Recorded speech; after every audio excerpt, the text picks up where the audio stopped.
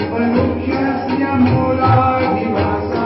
सुधासा विनम्येकमप्याप्रियन्तं तरुं कल्पवृक्षाधिकं साधयन्तं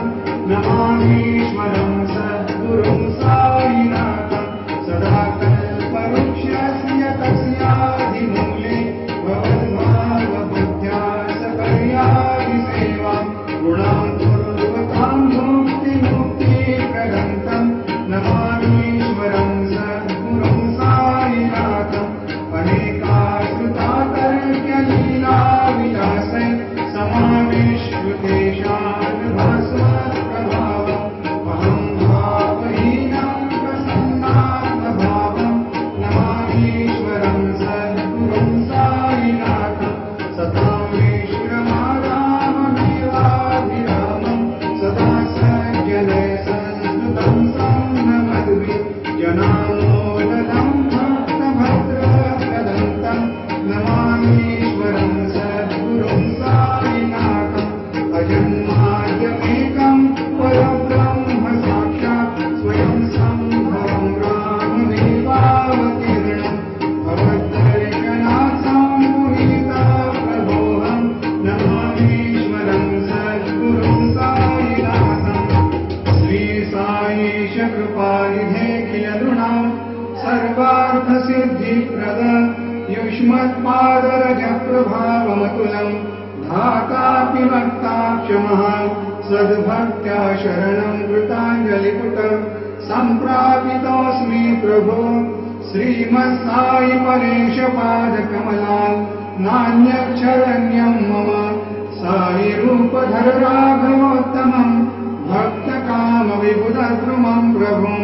माययोपहतचित्तशुद्धये चिन्तयाम्यहमर्निशं मुदा शरत्सुधांशु प्रतिमं प्रकाशं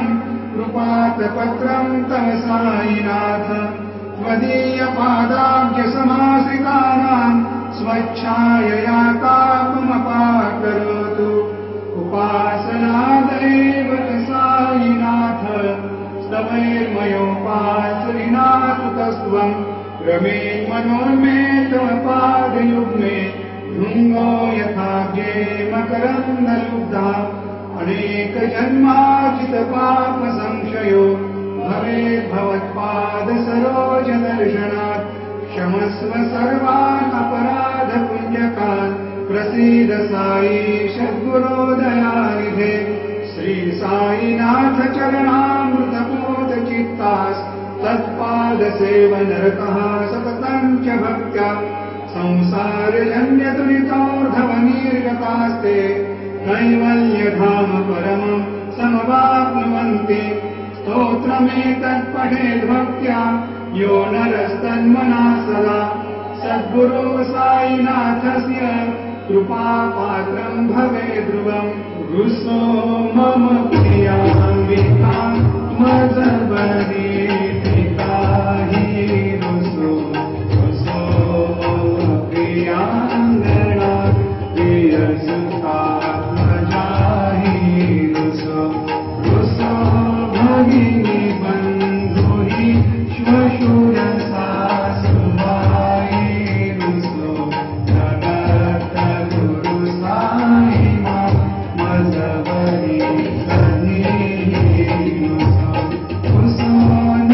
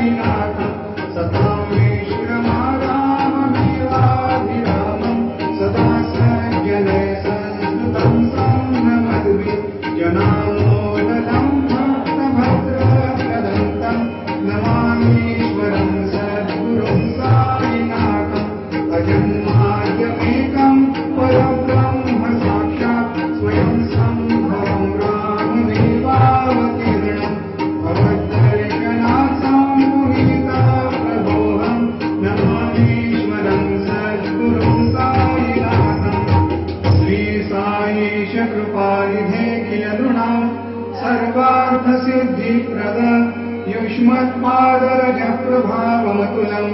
धातापि वक्ता क्षमः